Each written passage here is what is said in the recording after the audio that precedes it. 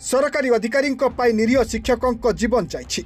एथिपाई अधिकारी विरुद्ध में कार्यानुष्ठान ग्रहण करने दावी कर पिपिलीर पूर्वतन विधायक रुद्र प्रताप महारथी। रविवार डेलांगो नुआहाट ग्राम रास्तार एक बेआईन बाली बोझे ट्राक्टर जड़े शिक्षकों जीवन निकला। किंतु यह दुर्घटनाटी साधारण दुर्घटना नुहे, यह जिला प्रशासन अधिकारी दायित्वहीनता घटी पिपिलीर पूर्वतन विधायक रुद्र महारथी अभियोग कर। डेलांगो अंचल दुर्घटना घटता बालिउंका निकट में बेआईन बालीघाट चलुवा नहीं पुरी जिलापाल पुरी एसपी माइन्स अधिकारी को फेब्रुआरी 17 तारिख में जीपीआर फोटो सहित अभियोग होता। किंतु अभियोग करने प्रशासनिक अधिकारी निष्क्रियता जो एभली घटना घटी रुद्र महारथी अभियोग कर। केवल यही दुर्घटना नुह, ए बेआईन बालीघाट पर निरीह महिला सांबादिका और बांधवी अकाल जीवन जावा एवं गत किछि दिन तले दांड मुकुंदपुर रे 2 जन युवकों बाली बोझे ट्रक तले जीवन जीवा सहित माइन्स अधिकारी गाड़ी को पुलिस अधिकारी उपस्थित रे भंगारुचा करने घटना रे पुलिस और जिला प्रशासन नीरवता एभली घटी रुद्र महारथी अभियोग कर। मुख्यमंत्री मोहन चरण मांझी राज्य में इंचे बाली चोरी हम ना कही आसुवा बेले ओडिशा रे पिपिली बाली चोर 1 नंबर थिबा रुद्र महारथी अभियोग कर। अत्यंत दुखदायक घटना जहाँ 2 दिन तले घटी आमर कल्याणपुर ग्राम पंचायत डेलांग ब्लॉक रे एवं ये प्रथम घटना नुहे। आपन जदि दृष्टि देवे बेआईनी बालीघाट उपरे मु बारंबार सरकार जनसाधारण दृष्टि आकर्षण करिछि।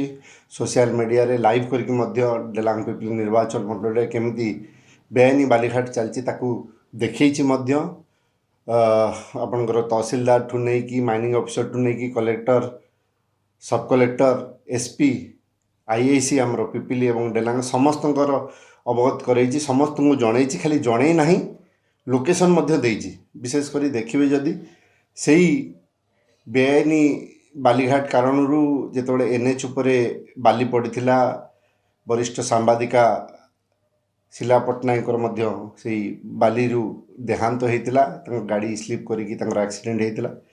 तापर आप देखिए मसे भितर मकनपुर छकरे गोटे ट्रक 2टा युवक उपरे चढ़ई देता, स्पॉट डेथ हो। से 2 दिन तल घटना डेलांग ब्लॉक रे बेआईन भाव मोरम चोरी करथुवा बेले गोटे जेसीबी को मध्य पोड़ी देइथिले। एवं 2 दिन तलर जो घटना घटी जड़े शिक्षक जितेबाला तांकर ड्यूटी सारिकी घर को फेरुथिले नुआहाटर गाँ भीतर रास्तार ऊपर गोटे ट्रैक्टर चढ़ई देता जार नंबर प्लेट नथिला एवं सी बेआईनी बाली नहीं कि जाउथला। स्पॉट रे मध्य तांकर डेथ हो जाइथिला। विशेषकर यही उपरे मु आपन को गोटे गुरुत्वपूर्ण तथ्य दवाई चाहे। 17 फेब्रुआरी 2026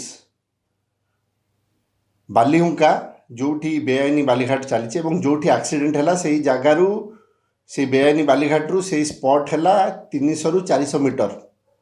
17 फेब्रुआरी 2026 रे मु माइनिंग ऑफिसर समीर बाबू पुरीर एसपी पुरीर कलेक्टर को लोकेशन सहित जीपीएस फोटो सहित व्हाट्सएप रे सबू डिटेल्स देइथिली।